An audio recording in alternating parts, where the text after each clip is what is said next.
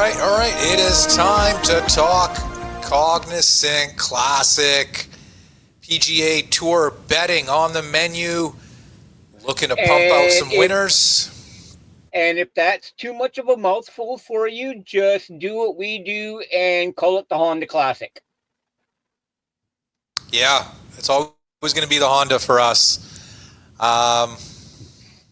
Cap, Pebble Beach, big signature event. Jacob Bridgman gets it done after blowing it on the 18th hole at Pebble and making a fool of himself. The guy puts on a master class. His first PGA Tour victory, big paycheck. Oh, yeah. And he's guy's a player, man. He made it to the Tour Championship last year, so it's not like this guy just came out of nowhere, you know what I mean? He's earned his stripes, and I'm really impressed by the guy's driving and his putting, and the irons are really good as well. So, yeah, man, watch out for this kid. Rory finished second. We had two 7th place finishes. We had Morikawa finished 7th, and then Xander probably had the better chance of winning. He finished 7th as well. Just couldn't get anything going on Sunday and then the second half of Saturday. So it's just one of those getting close but no cigar type of deals, Paul. So, yeah, looking to get across that finish line, man. We're looking to get across that finish line. It is trying times, but we're going to move on to a tournament known as the Honda Cognizant Classic. We're going to get into some picks. We're going to get into this course mostly for the bear trap, Paul. Oh, yeah. Holes 15, 16, and 17. Two really, really nasty par threes over water. Tough dog leg. Yeah. On 16, it's known more for its carnage, I think, this tournament. I mean, whenever we watch this, they have those big-ass mics right next to the water, and, it's just like, it's like NBC just loves to show it. Yeah, and you don't hear a little golf ball splash. It sounds more like somebody dropped Mount Everest into the ocean. You got a tidal wave going off. Oh, that is awesome. Yeah, that's their thing. They like to show that carnage. But the thing is, this course has lost a lot of its teeth. They made it easier. They want to make it more of a birdie fest and more of a party atmosphere, I guess. It's here in Florida and whatnot. But kind of missed that really tough. 2-3 under was a really good score if you put that up each day. Now it's more, I think, probably a shootout, mid-teens. Isn't it odd that, what was it, like, say, a decade or so ago, all these courses are tiger-proofing themselves. Now it's like, courses that had some teeth to it are kind of, it's like a pitch and putt for some of these golfers nowadays. It's almost like you look at this going, this isn't the same course. Like, and I know a lot of it's lost its teeth. Yeah, well, a lot of it's to the equipment, and then all these guys have their nutritionalists and their sports therapists and this dude and that dudette and Joe Blow and every Tom, Dick, and Harriet out there. So, it would be nice to, some of these older courses, do a tiger proof on it per se. Give them back a little bit of teeth.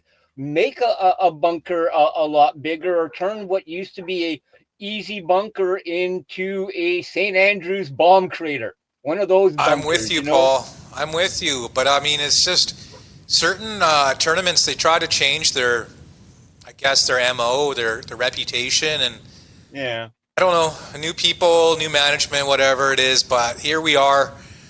This is probably the weakest field we're going to see in the last month, Paul. We had two signature events in Riviera and Pebble, right? Yeah. Now we have just kind of a regular event, and then next week will be Bay Hill, which will be an elevated signature event. And then after that, we got the Players. Wow. Yeah. The crown jewel of the PGA Tour, the biggest prize on the PGA Tour. And yeah, it's right around the corner. I'm kind of surprised. Usually they play like 3 or 4 events in Florida, and then they go to the Players Championship at TPC Sawgrass. But yeah, I guess it's just the old Honda, and then now it's Arnie's course, and then straight to the Players. So big tournaments sandwiched around this little golf tournament going on. But I got 5 picks up my sleeve, Paul. I'm going to start it off with the youngster Michael Thorbjornsen, 27-1. Nice. Been on the door. He's been knocking. He just hasn't had anyone answer yet. He's got all the skills. He hits it far, hits it high. Short game's pretty solid. Putting is, give or take. But I think he's one of the most skilled golfers in this field, and I'm going to roll with him. And definitely, he's not your classic golfer for this course, but now that this has become a birdie fest, I think he can win much any course. And you don't have no Scotty here, you have no Rory here, no Xander, so none of the top guys are really here. I think the top golfer is Shane Lowry. So wow, yeah, it's not exactly the who's who, but next up I'm going with Dane Rasmus Niergaard Pettersson. It's a bit of a mouthful, but he's a pretty good golfer. He earned his way to the tour last year through the DP World Tour. Played really well at Oakmont at the U.S. Open. I think he finished in the top 10, and not a very big guy, but he just smokes the living shit out of the ball. Solid putter. Just he's coming up, and he's seeing these courses, I think, for the second time now. Yeah, I think he's primed, Paul. He's long, just like Thorbjornsen, a world-class player. And I think at this birdie fest, man, he's going to be right there on Sunday. So give me Mr. Niergaard Peterson, 35-1. Next up, we're going with the Finn Sami Välimäki. He won in the wraparound silly season, so he's already got a victory under his belt in the last year. Yeah, I wasn't against the who's who of golf, but hey, a win is a win. Step up in these lower level tournaments, yeah, and he's just a good player. He's getting better.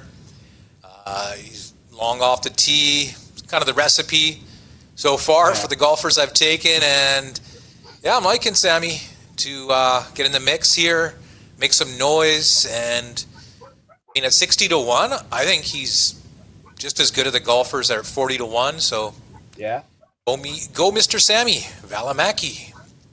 All right, next up. We're going with Tom Kim. Haven't seen him on the list of golfers that I've bet probably in a year or so. Wow. We took him at the Travelers. He was winning the whole tournament until these protesters came onto the green and started spray painting. Scotty catches him. Scotty beats him in a playoff. And ever since then, I think his confidence was a little crushed and played some really bad golf, but now he's looking good. He played pretty well at Pebble, played pretty well at Riviera. So I'm thinking this is Tom Kim's time to turn it around, and he's just too good not to be playing better golf than he is. Yeah.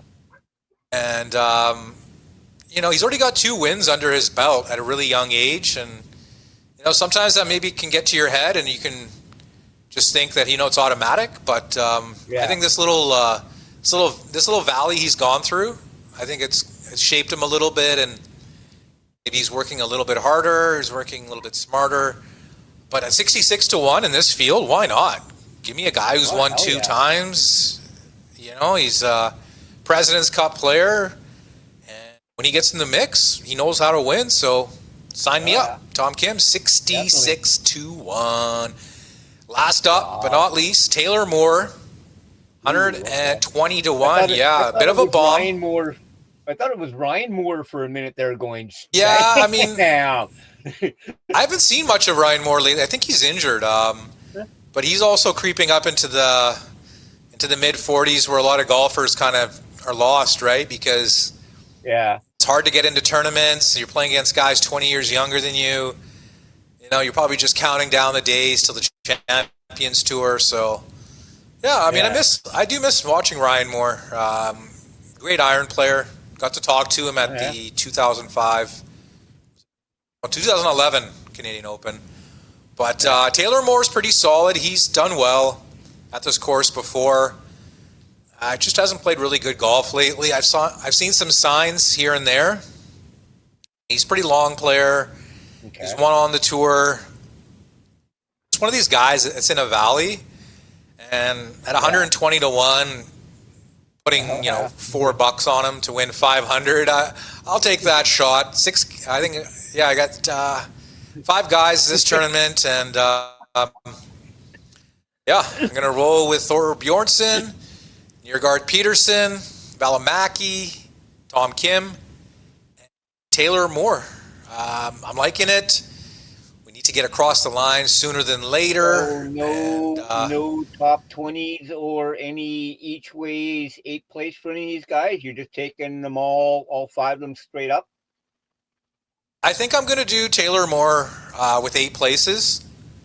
Okay. Just forgot to type it into the graphic. I won't get him at 120 to 1 with the 8 places. I'll probably get him at 100 to 1. But that's fine. Good value. I think. Oh yeah. Yeah, I think it's good value, and if he finishes 5th or 6th, it's worth it.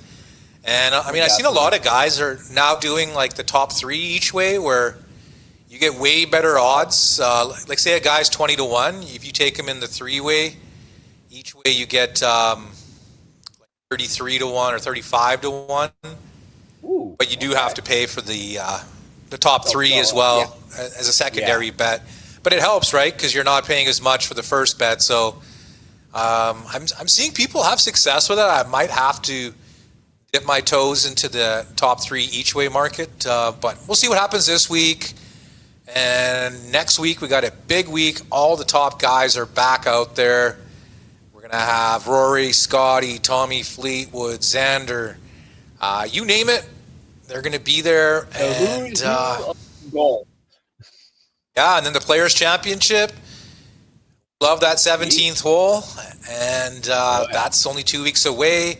I believe Live Golf has a tournament next week in Hong Kong, and there'll be a opposite field event as well. I think Puerto Rico or Dominican Republic.